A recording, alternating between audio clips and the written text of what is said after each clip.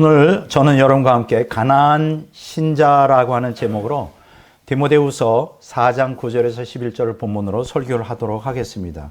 제가 본문을 읽도록 하겠습니다. 너는 어서 속히 내게로 오라. 대만은 이 세상을 사랑하여 나를 버리고 데살로니가로 갔고 그레스게는 갈라디아로 디도는 달마디아로 갔고 누가만 나와 함께 있느니라. 내가 올 때 마가를 데리고 오라. 그가 나의 일에 유익하니라. 아멘. 자, 오늘 저는 매우 중요한 주제로 설교를 하려고 합니다.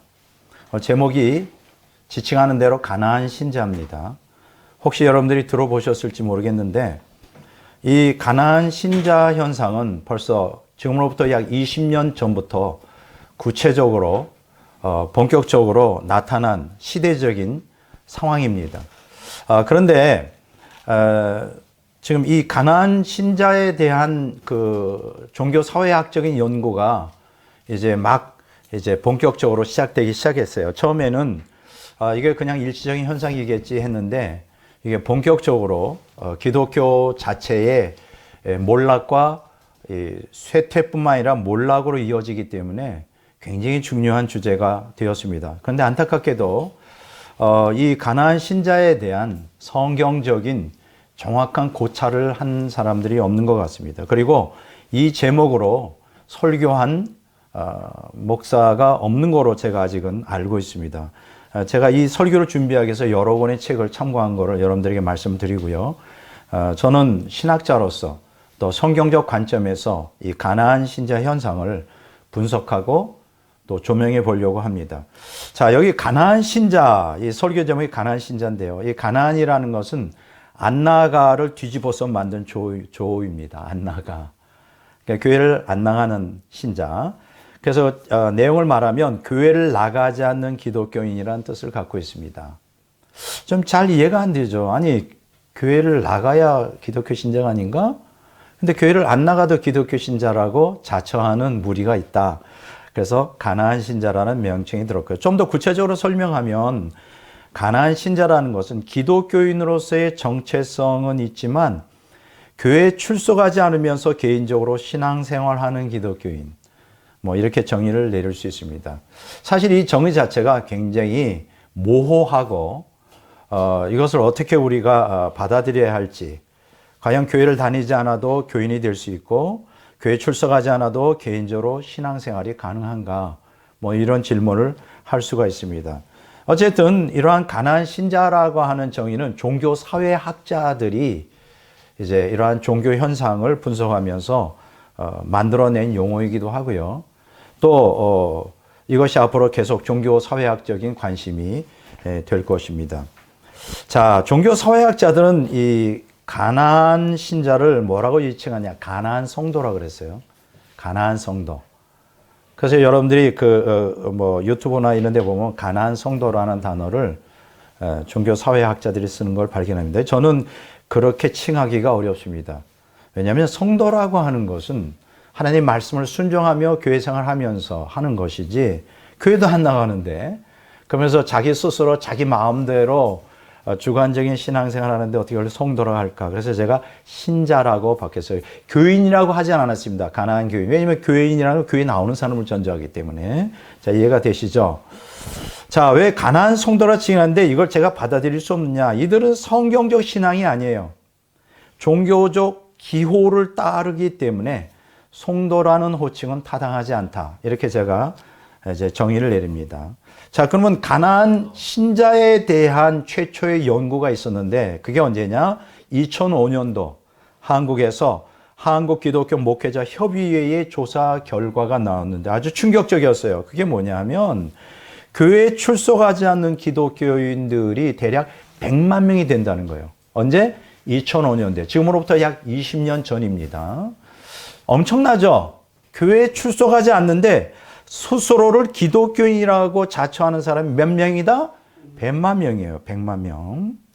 그리고 이제 또 세월이 흘렀어요. 세월이 흘러서 한 몇 년이 흘렀는데 2019년 12월부터 시작된 코로나 팬데믹이 시작되었죠.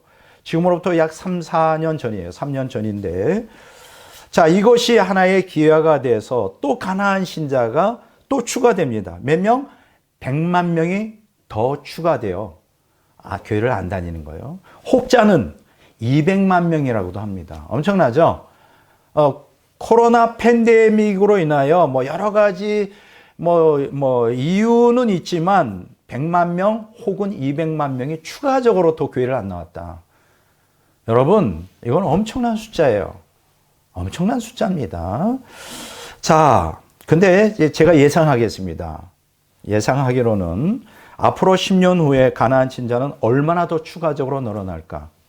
최소한도 100만 명 혹은 200만 명이 더 늘어날 것이다. 자, 그렇게 되면 어떻게 되죠?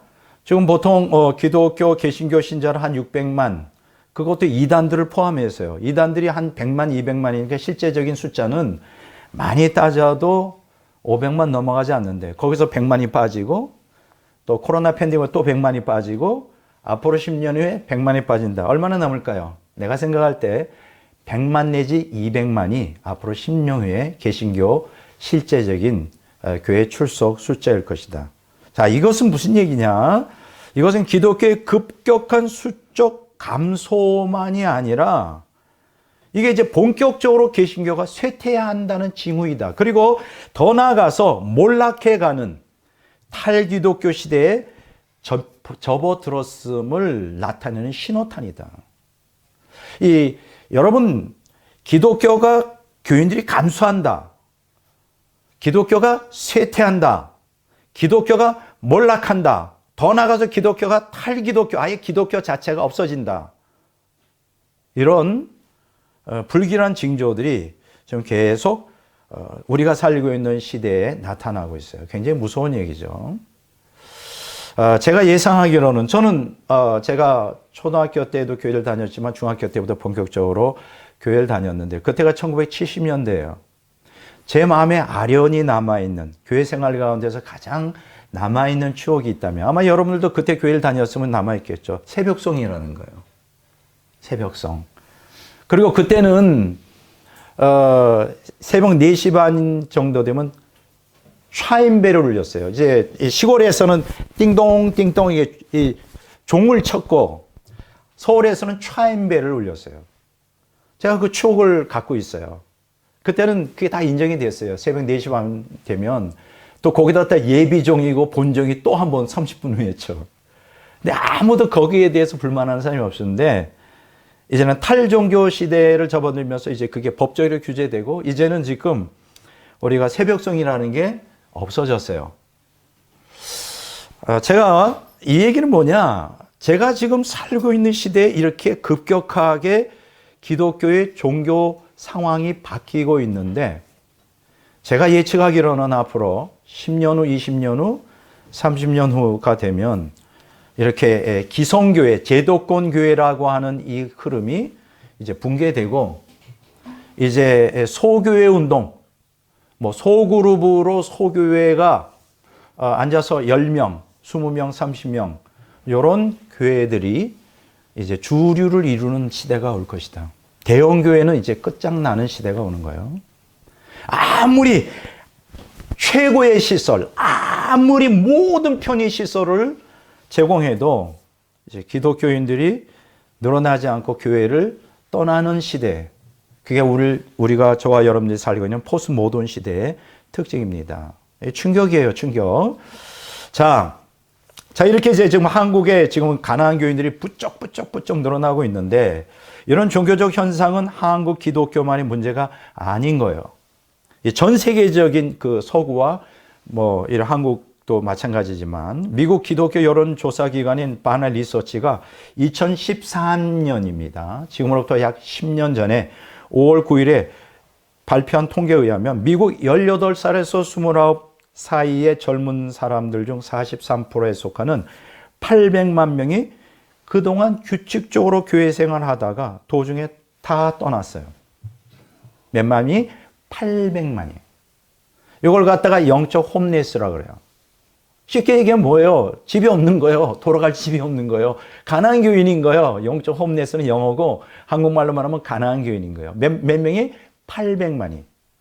그러면 이 숫자는 여기서 끝이는 아니에요. 계속 지금도 그게 급증하고 있어요.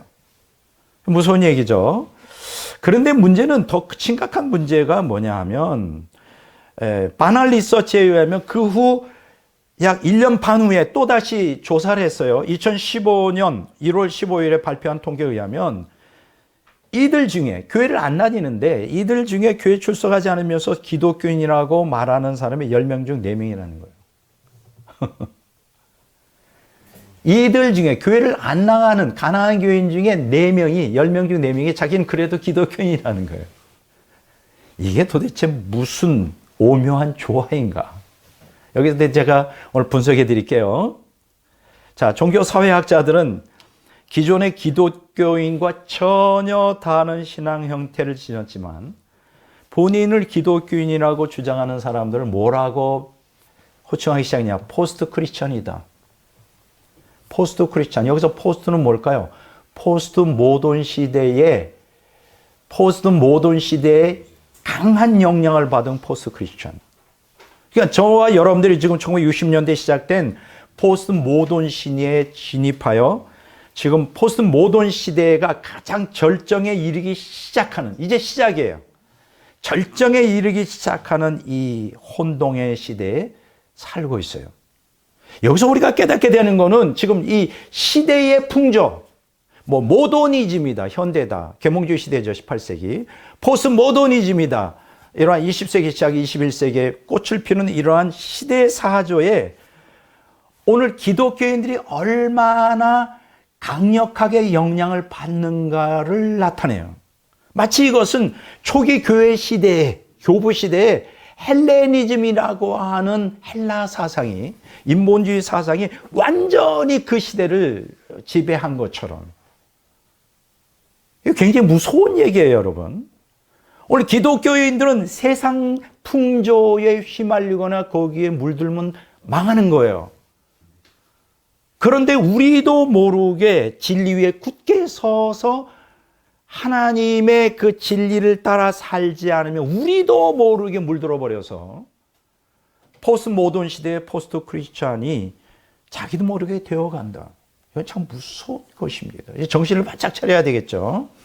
자, 종교사회학자들은 기독교 가난한 신자의 종교 현상을 설명을 합니다. 이렇게 이런 이유로 떠납니다. 이런 이유로 떠납니다.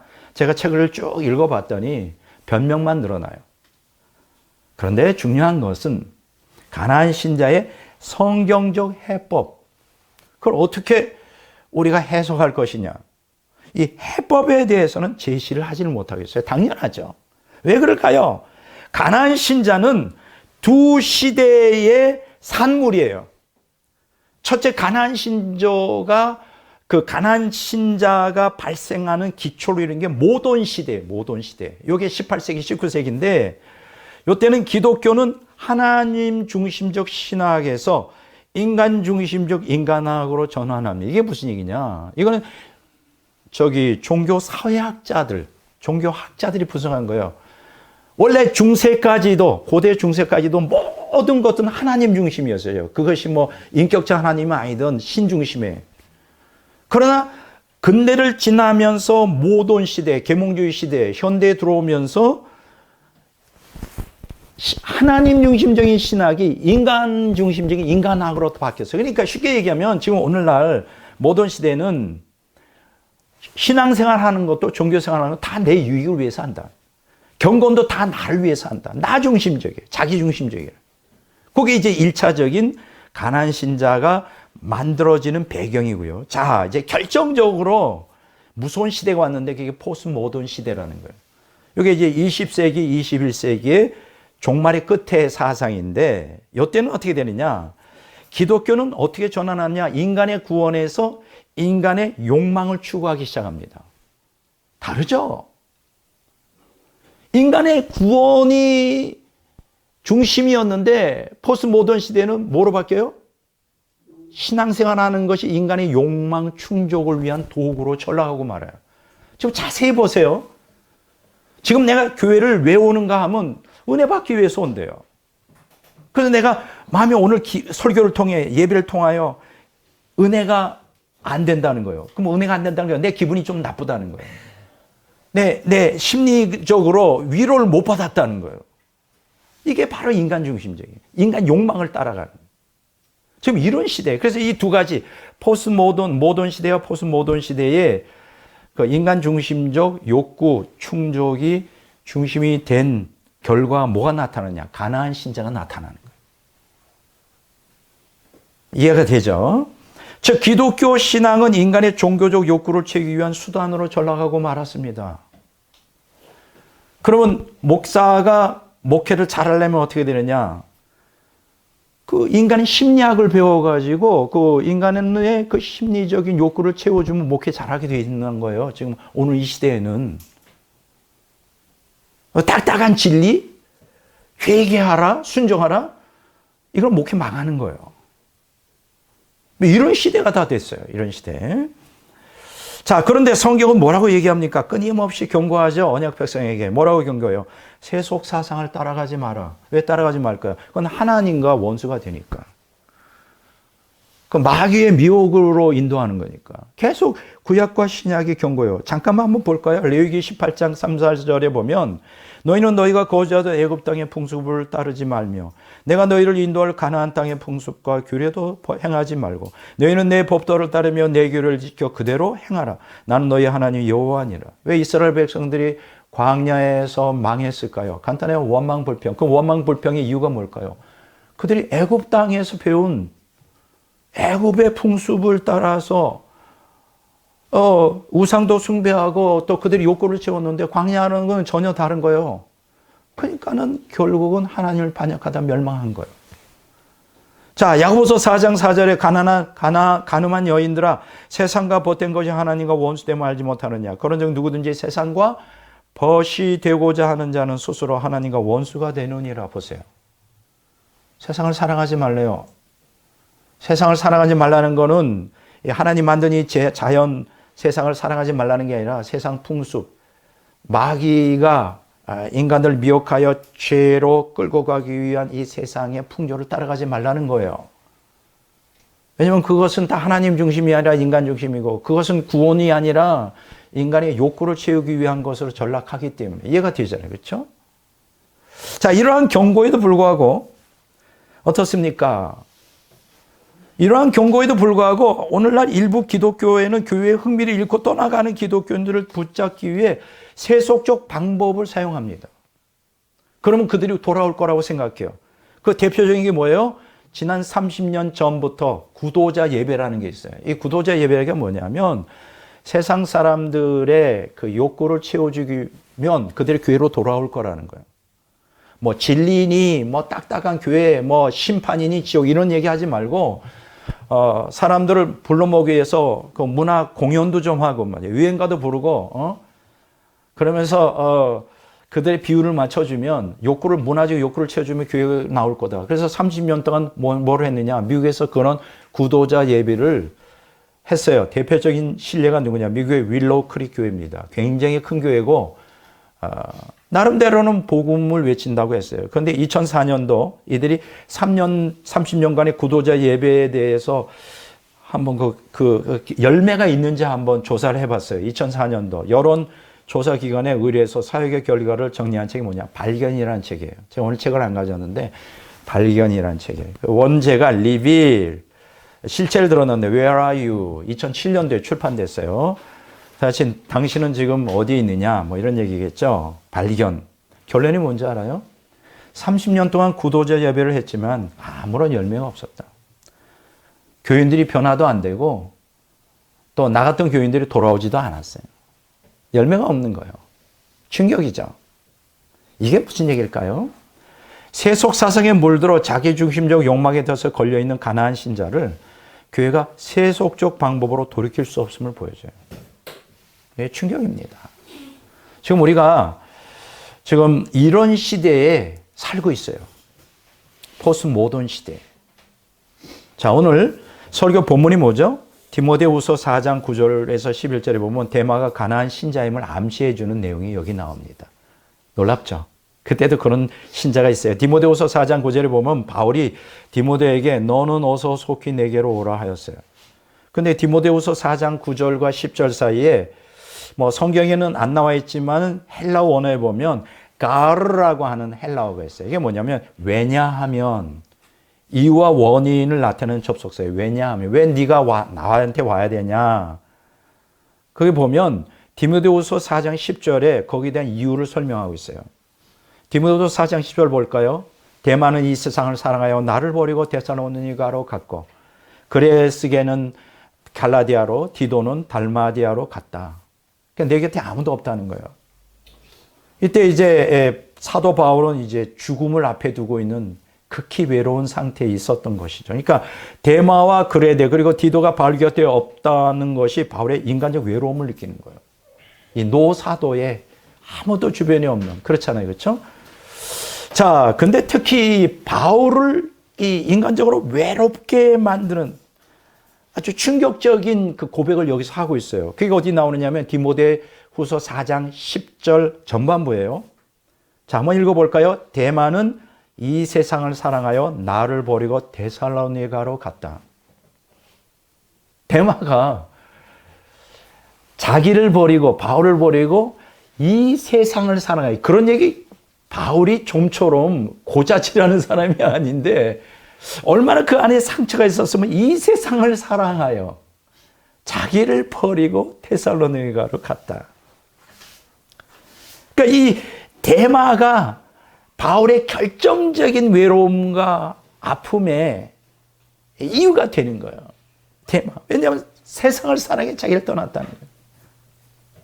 자, 그런데 여기서 이제 우리가 헬라 원어를 보면 참 재밌는 게 있는데요. 우리가 사랑하여, 데마가 사랑했다고 할 때 이 사랑하여가 아가페사스예요. 이게 뭐냐면 아가페 사랑을 하다라는 아가파워의 과거 분사형인데 그러니까 데마가 세상을 사랑한 게 뭐 순간적인 충동이 아니고 오래 전부터 어떤 과정을 거쳐서 세상을 그냥 좋아한 게 아니라 아가페 사랑으로 사랑한 거예요. 여러분 잘 아시죠? 사랑이라는 헬라어로 여러 개가 있어요. 최고의 하나님 사랑, 무조건의 사랑이 아가페고요. 뭐 필리오, 친구 간의 사랑이에요. 필리오. 뭐 스톨게, 뭐 여러 가지 여러 종류의 사랑이 있잖아요. 근데 그 중에 가장 그 열렬한 뜨거운 사랑이 아가페 사랑이거든요. 근데 이상하게 이거를 하나님께 적용하지 않고 데마가 세상을 사랑하는데 아가페 사랑으로 사랑했대. 그 얘기는 뭘까? 데마가 보통 세상을 사랑한 게 아니에요. 세상을 사모했어요. 그게 하루아침에 된 게 아니라 과거 분사형이니까 과거 어느 시점. 그러면 데마로 하여금 그 어떤 순간부터 세상을 사랑하게 했을까? 그 역사적인 배경을 보면 나오는데요. 바울이 제1차 투옥이 돼요, 감옥에. 그게 이제 AD 60년에서 62년인데, 이때는 감옥 생활을 한 게 아니라 감금 생활입니다. 감옥에 들어간 게 아니라 이렇게 어떤 그 집을 빌려서 자유롭게 거기에서 감시만 하고 생활하게 해요. 그게 AD 60년, 62년. 그 사이에 대만은 바울과 어떤 관계를 가졌을까? 60년경에 기록된 빌레몬서 1장 24절과 62년경에 기록된 골로새서 4장 14절에 보면 대만은 그 당시 바울의 사역에 결정적으로 적극적으로 도움을 주는 동역자였어요. 대단하죠. 그러니까 데마가 진짜 신앙을 갖고 있었던 거예요. 헌신적인 주님을 믿는 신앙과 바울을 헌신적으로 옆에서 다른 제자들처럼 섬기고 있었던 거예요. 거기 데마 이름이 나와요. 자, 그런데 이제 문제가 발생하죠. 그리고 이제 그 후에 한 3, 4년 동안 또 이제 좀 자유롭게 풀려나서 이제 바울이 뭐 여기저기 설교하러 다니기도 하다가 이제 어떤 사건이 발생합니까? 네로 황제가 64년 7월에 네로 황제가 발생한 그 로마의 대화재가 발생하죠. 대화재가 발생하는데 그 주범을 누구로 지적합니까? 기독교인들이 그 짓을 했다. 해가지고 이때부터 기독교 박해가 극심해집니다. 언제? 네로 황제 때. 그 결국은 이러한 영향으로 인하여 바울이 2차 투옥을 당해요. 2차 투옥. 그때가 언제 하냐면 AD 67년에서 68년 사이에. 바로 이 2차 투옥 감옥에 갇혔을 때 데마가 바울을 떠난 거예요. 그 전에 감금 생활할 때는 열심히 헌신을 했는데 바로의 이러한 대박해 사건 이후로 바울이 감옥에 갇혀 이제는 죽음을 앞에 두고 있을 때 데마가 떠났다는 거예요. 그래서 칼빈은 이걸 뭐라고 어떻게 분석하느냐면 데마가 기독교인에 대한 로마의 박해를 견디지 못해서 그러니까 이렇게 생각했죠. 데마가 이렇게 생각했죠. 바울 옆에 있어봐야 아무 유익이 없는 거야. 괜히 잘못하면 나도 죽는 거야. 응? 나도 죽어. 그래서 로마의 박해를 견디지 못해서 자신의 안위를 위해 바울을 버리고 자기 고향인 데살로니가로 돌아갔다. 이렇게 분석을 합니다. 칼빈은. 자, 여기서 우리가 주목할 게 있어요. 데마가 교회 공동체를 떠났어요. 왜냐하면 교회라고 하는 공동체에 있으면 지금 그때부터 대대적으로 기독교인을 갖다가 수색해서 잡아다가 죽이는 상황인데 위협을 느끼는 거죠. 그럼 어떻게 해요? 그 공동체에서 떠나는 거예요. 그런데 여기서 한 가지 여기서 유념하게 될 떠났지만 그리스도에 대한 신앙은 포기했다는 암시는 없어요. 왜냐하면 진실한 신앙을 갖고 있기 때문에 바울을 옆에서 이렇게 제자로서 열심히 이렇게 섬기고 같이 동역을 했잖아요. 자, 데마는 왜 가나안 신자가 됐을까요? 박해 때문에. 결론을 낼 수 있습니다. 히브리서 10장 32절 39절에 보면 그때 기독교인이 된다는 것은 목숨을 걸어야 했어요. 그래서 내가 자세한 시간이 없어서 자세한 내용은 설명할 수 없지만 예를 들어서 동료가 이제 기독교인을 감옥에 갇히잖아요. 그러면 이제 기독교인이 이제 먹을 것도 갖다 주고 생활도 이렇게 보살펴 줘야 되거든요. 남아있는 가족들을. 그러면 자칫 잘못하면 너도 기독교인이지 해서 그때는 어느 정도 박해가 심했느냐면 목숨도 뺏어가지만 그 재산을 다 박탈해. 기독교인이 되면. 재산을 다 뺏어. 그러니까 사실 그때 당시에 기독교인이 된다는 목숨을 걸어야 되는 거예요. 이게 쉽겠어요? 예수를 믿지만 그 재산 다 뺏기고 감옥에도 가고 잘못하면 죽는다고. 그래서 이때 당시에도 데마처럼 신앙은 있지만 목숨 걸 신앙이 아니라 그냥 가나안 신자가 되는 사람들이 상당수가 있었어요. 오늘날만 있는 게 아니에요. 그러면 그때는 박해 때문에 가나안 신자가 되었다 하면 오늘은 뭐 때문에 가나안 신자가 되죠? 포스트 모던 사상에 의해서 욕망 때문에. 세상 욕망 때문에 가나안 신자가 되는 거예요. 이해가 되죠? 참 기가 막힙니다. 그래서 제가 오늘 세 가지로 이 가나안 신자들을 분석해 봤어요. 세 가지. 첫째가 뭐냐? 잠재적 가나안 신자예요. 이 잠재적이라는 게 뭐냐 하면 자기 중심적 욕망을 채우기 위해 교회를 다녀요. 근데 교회가 욕구 충족을 해주지 않을 경우 언제든지 교회를 떠날 수 있는 사람이에요. 아직 교회를 떠난 건 아니에요. 그러나 잠재적으로 왜 자기가 교회를 다니는 게 자기 욕구 충족을 위한 거니까 욕구가 충족이 안 돼요. 그러면 떠나. 이게 이제 우리가 잠재적 가나안 신자다. 이렇게 제가 붙인 거예요. 자, 한번 이 사람들의 특징을 한번 보겠습니다. 이들은 유명한 목사나 평판이 좋은 교회를 찾아다녀요. 어떻게 내가 누릴 수 있는. 또한 이들은 중대형 교회를 중심으로 예배당의 음향과 조명, 쾌적한 예배 환경을 따집니다. 다 비교해 봐서 내가 이 교회가 좋겠다 하면 다니겠죠. 그리고 교회의 건물, 주차, 카페, 식당, 심지어는 어떤 교회는 수영장까지 있어요. 참 재밌는 게 그 목사님이 이런 것들을 잠재적 가난한 신자들의 욕구를 채우기 위해서 이름을 뭐라고 붙였는지 알아요? 지금 또 이름 바뀌어서 레포츠 교회라고. 레포츠 교회. 어느 교회인지 내가 얘기는 안 하겠어요. 거기 수영장도 있어. 그래서 교인들한테는 무료로 하거나 싸게 해서. 큰 교회들이야 돈이 많으니까 뭐든지 다 할 수가 있겠죠. 자. 또한 자녀들을 위한 교육 프로그램과 자신의 인성 개발을 위한 교육 과정도 있는지 다 체크해요. 왜냐하면 자기 유익을 위한 거니까. 유명한 목사가 개척하거나 유명한 교회의 부교육자 출신의 모 교회의 브랜드를 걸고 프랜차이즈 형식으로 개척하는 교회. 이 사람들이야 뭐 한 번 개척하면 10억씩 막 큰 교회에서 대주고 교인들도 막 이렇게 떼주니까 개척하는데 전혀 어려움이 없죠. 뭐 이런 스타일이죠. 그래서 이러한 교회들이 이제 개척을 하면 이제 다른 교회, 불편한 교회에서 수평 이동하는 거야. 그 교회로 다 가는 거예요. 다 가서 교회가 순식간에 뭐 1,000명, 2,000명, 10,000명 모이는 거는 순식간에. 그게 지금으로부터 20년 전까지도 통했어요. 앞으로 그거 안 통합니다. 이제 본격적인 이제 탈현대화가 진행이 되면서 이제 그건 이제 제가 세 번째 주제로 다루겠어요. 지금은 안 통해. 옛날엔 통했어요. 건물을 잘 져놓으면 그냥 교인들이 밀려왔었던 시대가 있습니다. 어쨌든 잠재적 가난한 신자에 대해 얘기하는데, 잠재적 가난한 신자는 교회에서 자기 유익을 위해 영적 상품을 구매하는 교회 쇼핑족에 불과한 거예요. 그렇잖아요. 백화점이 왜 잘 됩니까? 막 화려하게, 이 아이 쇼핑하게 막 욕구를 채워줄 수 있는 걸 가득 채워요. 그게 잘 되는 거예요. 교회 쇼핑족이에요. 한편 개신교에서 이제 우리가 로마 카톨릭을 보세요. 참 이거 보면서도 좀 많은 생각을 했습니다. 한편 개신교에서 카톨릭으로 옮겨가는 개종자들이 상당히 수가 있어요. 그 대부분이 로마 카톨릭이 가지고 있는 성스러운 종교적 이미지에 끌려 개종하는 거예요.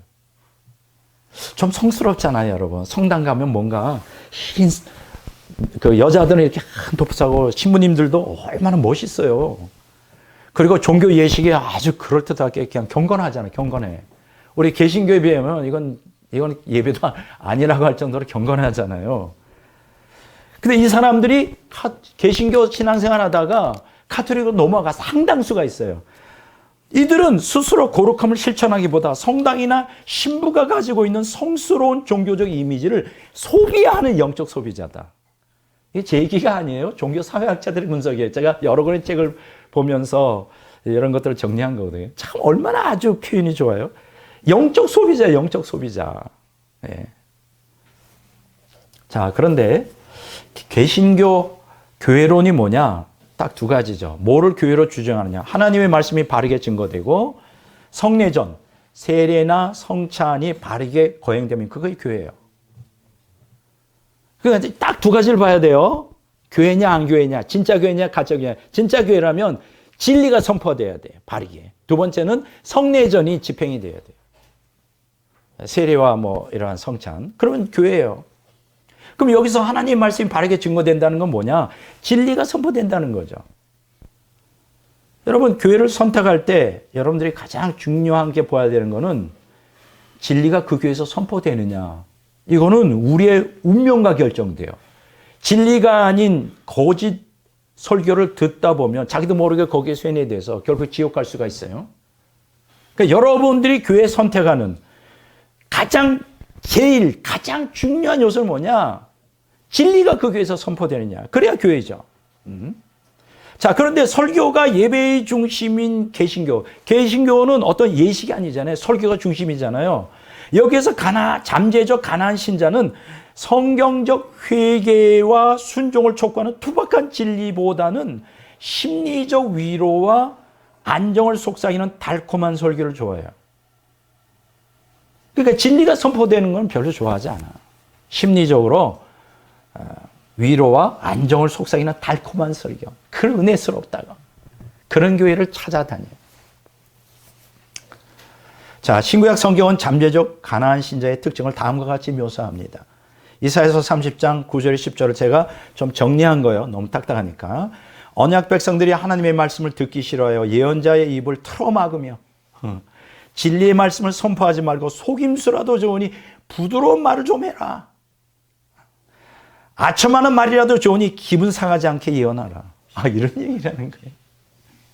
구약시대, 이사야시대.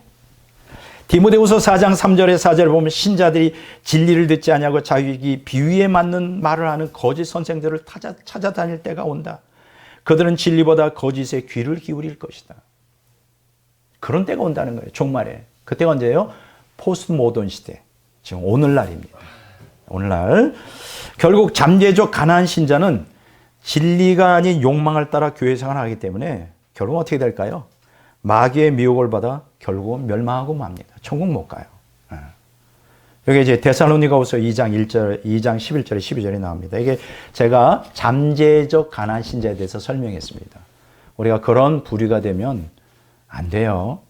자, 두 번째 종류의 신자가 있어요. 일시적 가난한 신자가 있어요. 일시적. 이 일시적 가난한 신자라는 것은 몸담고 있던 교회에서 발생한 문제로 인해 교회를 일시적으로 떠나 있는 신자를 지칭하는 거예요. 참 이게 참 제가 가슴 아픈데 모든 교회에 적용되지는 않는데 주로 이제 중대형 교회에서 이런 문제들이 발생하죠. 원로 목사, 후임 목사 사이의 분쟁이에요. 자세한 내용은 제가 얘기 안 하겠습니다. 원로 목사, 후임 목사 간에 딜이 잘 안 돼가지고 갈등이 있어 막 교회가 갈라지는 경우가 있어요. 두 번째, 그 담임 목사의 과도한 사례비나 재정 유용 문제예요. 한 교회가 한 300명만 돼도 목사들이 뭐 벤츠 타고 다니고 그러더라고요. 나 그런 교회 봤어요. 뭐 그것만입니까? 과도한 사례비. 재정 유용이에요. 목사가 마음대로 재정부를 통하지 않고 그냥 재정부장하고 둘이서만 협의해서 그냥 교인 모르게 막 10억, 20억, 30억은 교회가 클수록 액수는 커지죠. 유형의 마음대로. 이런 거. 담임 목사의 독선적 형태. 아주 독재자야.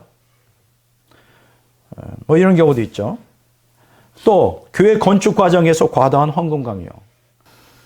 또 목사의 성적 부도덕. 성적 타락. 이런 것들이 사실은 교회의 순수한 마음을 가지고 교회 생활, 신앙생활 하면서 교회를 섬기려는 성도들에게 큰 상처를 주죠. 이러한 그 교회의 폐해는 교회를 사유화하려는 이 종교사학자들이 참 먹사라 그랬어요. 목사가 아니라. 먹사와 영적으로 병든 신자인 병신도. 이거 제 얘기 아닙니다. 종교사학자들. 병신도는 뭐냐면 병들었다는 거예요. 병들어서 죽어가는 그 신도. 이 사람들이 이제 야합을 한 거예요. 야합을 한 거예요. 이게 예레미야서 5장 30절 31절에 나와요. 예레미야 시대에 나와요. 예레미야 5장 30절 31절에.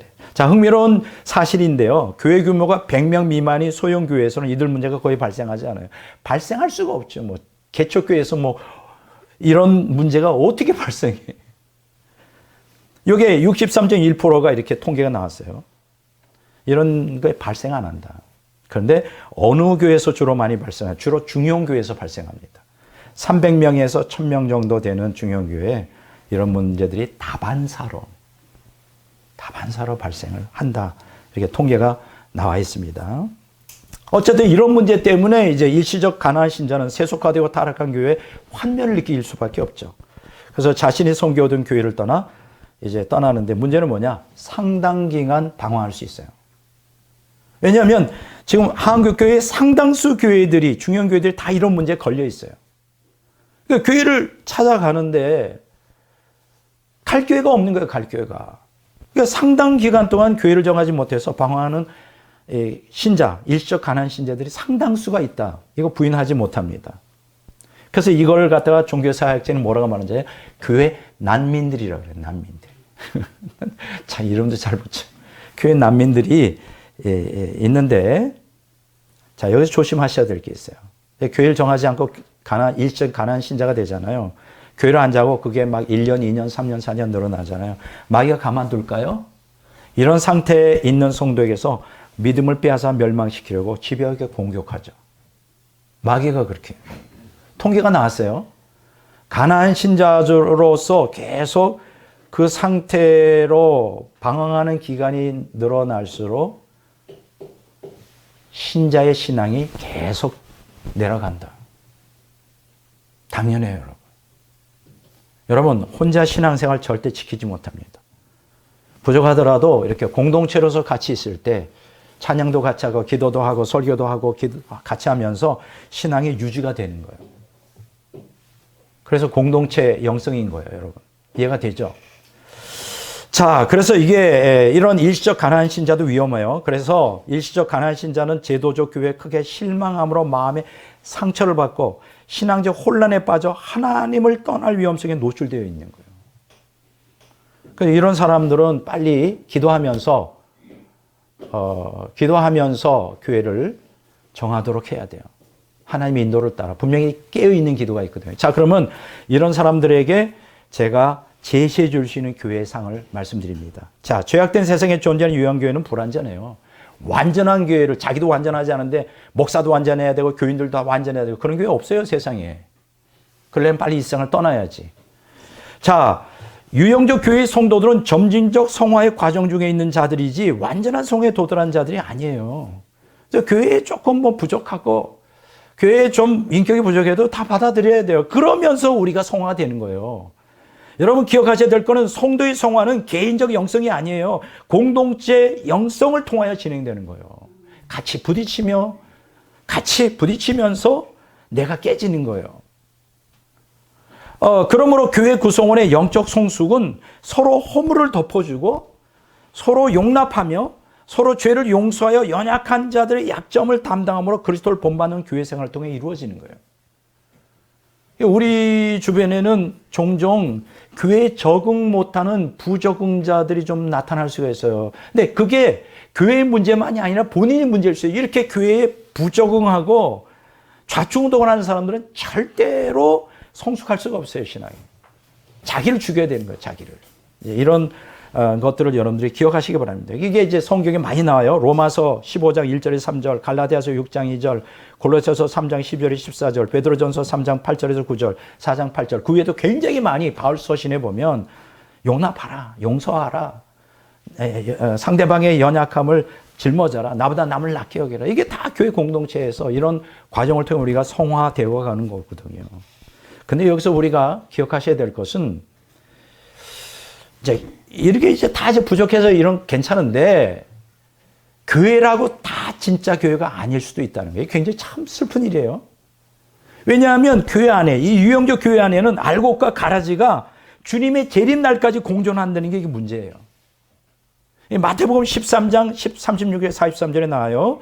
그러니까 우리가 교회를 선택할 때 사실은 여러분들이 교회를 선택할 때 봐야 될 거는 사실은 담임 목사가 결정적으로 중요해요. 예를 들어서 담임 목사가 가라지다. 이게 알곡이 아니고 정말 참된 하나님의 종이 아니다. 그러면 설교 시간에 막 이상한 설교 많이 하겠죠. 그냥 교회라고 무조건 다니다 보면 자기도 모르게 거기에 오염돼 버려요. 그래서 참 이게 교회를 선택할 때 가장 이제 평신도로서 우리가 생각해야 될 건 담임 목사가 어떠한 사람이냐, 이거를 갖다가 잘 보셔야 돼요. 왜냐하면 그 사람에 따라, 담임 목사에 따라 내가 천국 갈지 지옥 갈지가 상당수가 결정되기 때문에 굉장히 중요한 얘기예요. 여러분, 그래서 유형적 교회 안에 거짓 사도가 있어요. 고린도후서 11장 13절. 거짓 선지자가 있어요. 요한일서 4장 1절. 거짓 선생이 있어요. 베드로서 2장 1절. 거짓 형제가 있어요. 갈라디아서 2장 4절. 이렇게 거짓 사람들이 침투에 들어와서 있기 때문에 성도들도 기도하면서 분별을 해야 돼요. 분별을 해야 돼요. 자, 그래서 성경적 교회의 증표는 뭐냐? 잘 들으세요. 성경적 교회의 증표는 뭐냐? 탁월한 설교가 아닙니다. 은사의 나타남이 아니에요. 세계적 선교가 아니에요. 성장한 교회가 아니에요. 마귀들도 얼마든지 그것들을 다 할 수가 있어요. 속일 수가 있다. 그런 걸 가지고. 자, 그러면 제가 결정적으로 중요한 얘기 할게요. 성경적 교회의 증표는 제자의 삶을 실천하며 그리스도의 십자가를 따라가는 거예요. 굉장히 중요한 얘기입니다. 제자의 삶을 실천하며 그리스도의 십자가를 따르도록 담임 목사가 가르치고 그렇게 한다면 거기는 진짜 교회인 거예요. 그 교회를 다녀야 돼. 따라서 일시적 가나안 신자가 새로운 교회를 선택할 때의 조건이 뭐냐? 딱 두 가지예요. 진리를 선포하는 목회자를 만나야 돼.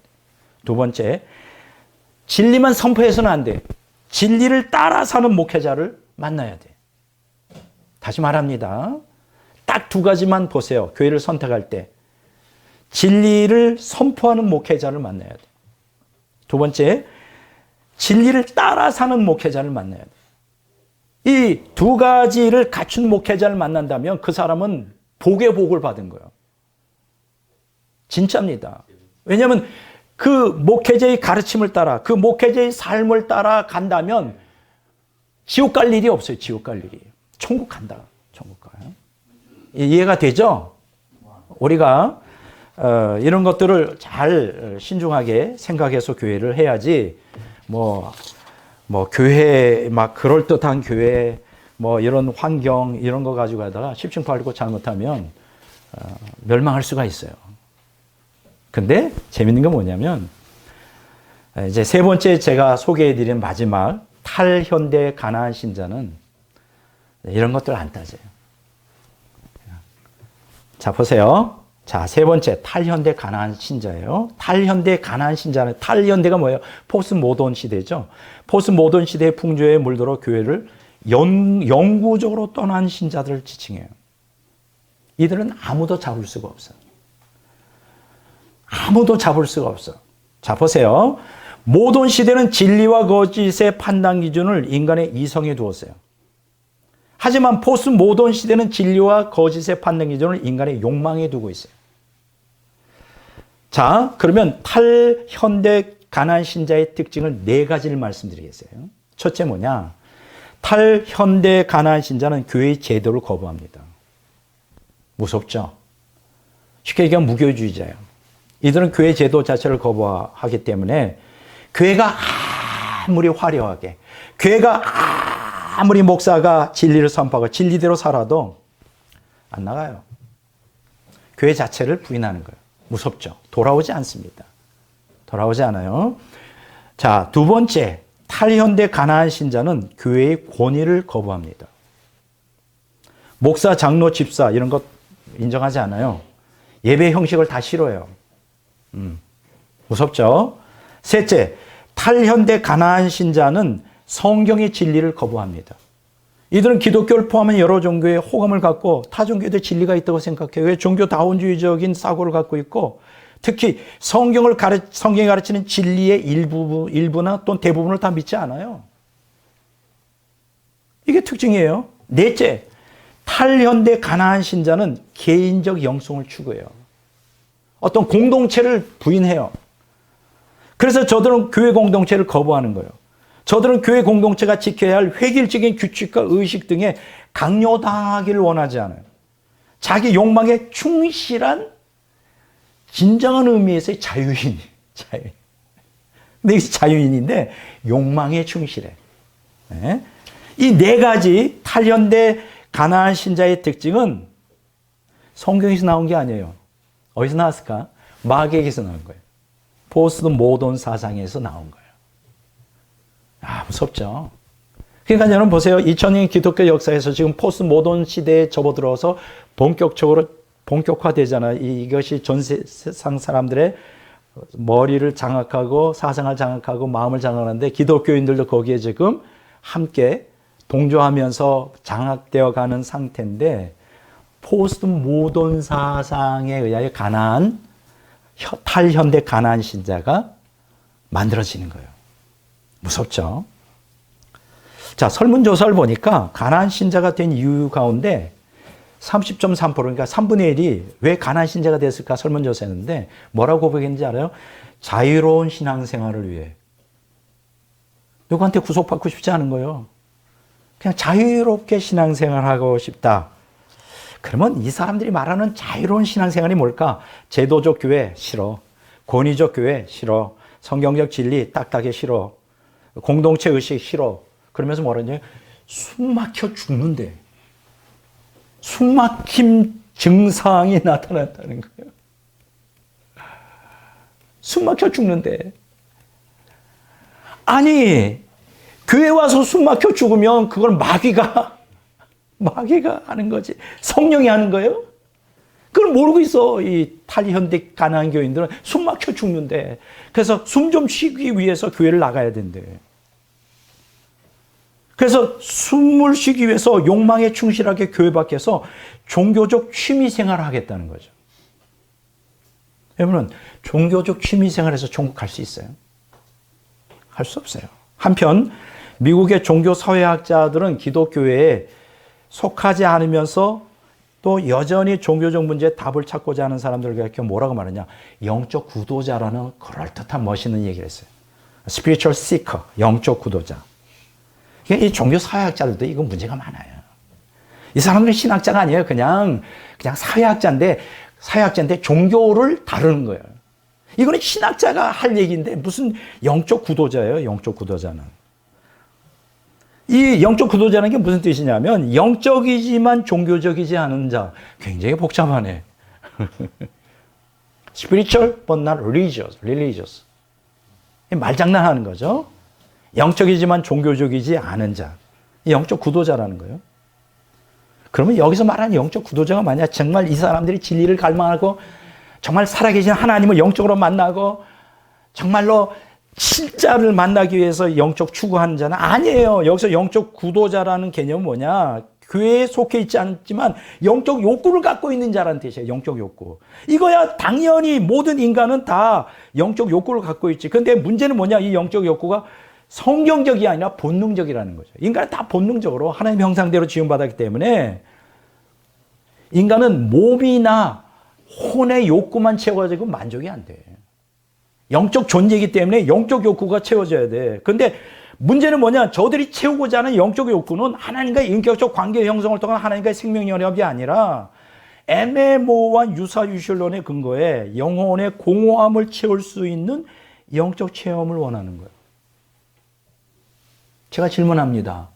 살아계신 하나님을 통하여 영적 욕구가 채워지지 않고 애매모호한 지가 만들어 놓은 우상인 그 신을 만들어 놓고 그 영혼의 공허함을 채울 수 있는 영적 체험을 한다? 그러면 거기에 화답해서 누가 올까?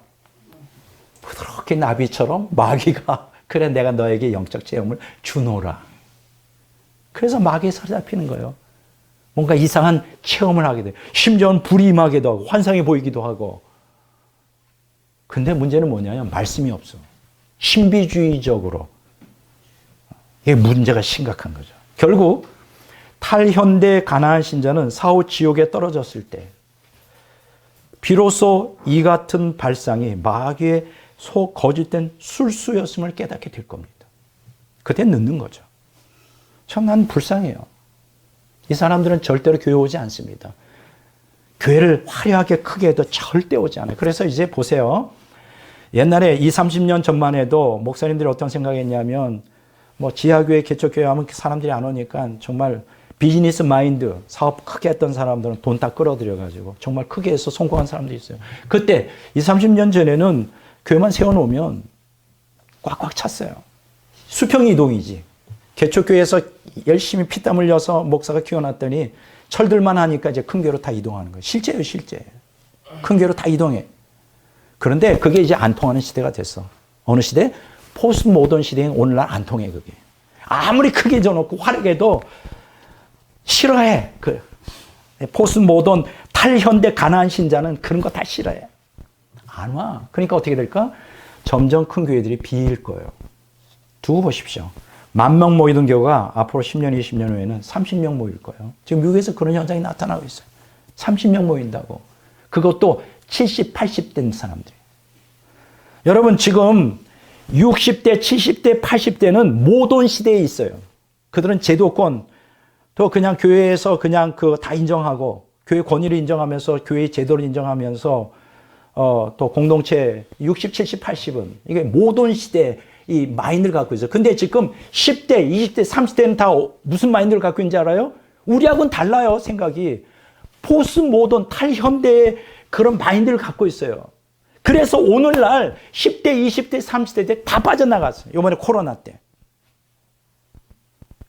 그 코로나를 빌미로 다 빠져나갔어요. 다라는 거는 좀 어폐가 있지만 상당수가 빠져나가. 다시 안 돌아. 문제 해결책이 없어요. 지금 탈현대, 포스트 모던 사상에 다 점령된 상태에 있어요.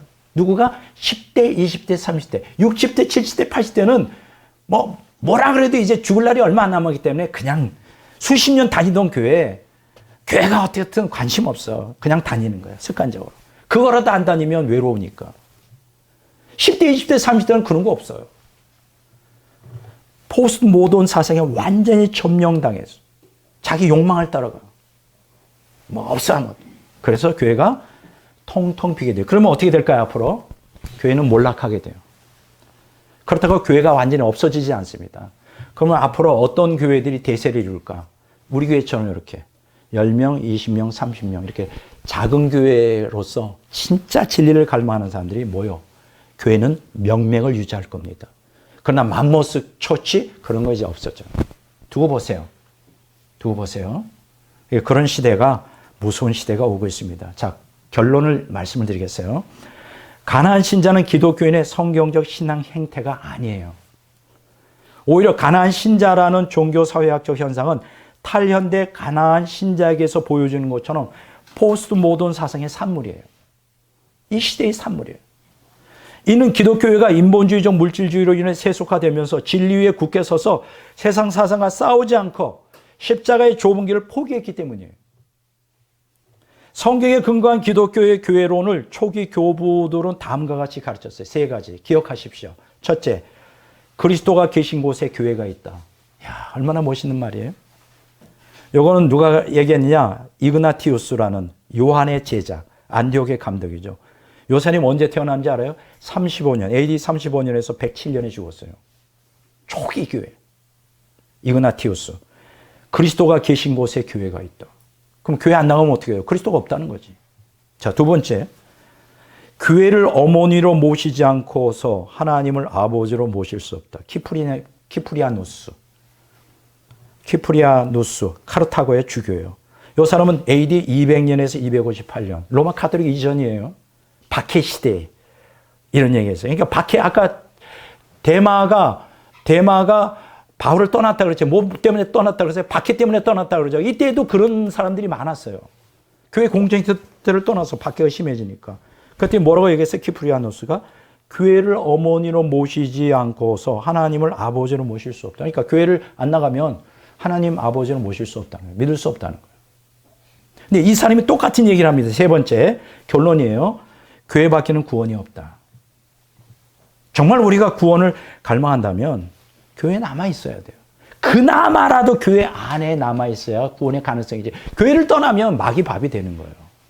키프리아누스. 놀라운 얘기했죠. 자, 결론 얘기합니다. 그리스도가 이 땅에 세우신 교회를 통해 그리스도의 속죄 사역과 성령의 구속 사역이 진행되기 때문에 우리가 하나님을 아버지로 믿고 섬겨 구원을 받으려면 어떻게 되느냐? 교회에 속해 있어야 돼요. 슬프게도 참 슬픈 일이에요. 미국에서는 매주 5만 3천 명이 교회를 떠나 다시 돌아오잖아요. 야, 매주 몇 명이요? 5만 3천 명이 교회를 아예 떠나. 주로 젊은 사람들이 많이 떠나겠죠. 포스트 모던 사상의 영향을 받는 거예요. 종말의 끝에 사는 기독교인들은 포스트 모던 사상의 산물인 탈교회 운동에 속아 가나안 신자가 되어 멸망하지 않도록 경각심을 가져야 됩니다. 이게 오늘 제가 여러분들에게 드리고 싶은 권면이에요. 이해가 되시죠? 자, 오늘 이 말씀을 마음에 새기시기를 주의 이름으로 축원합니다.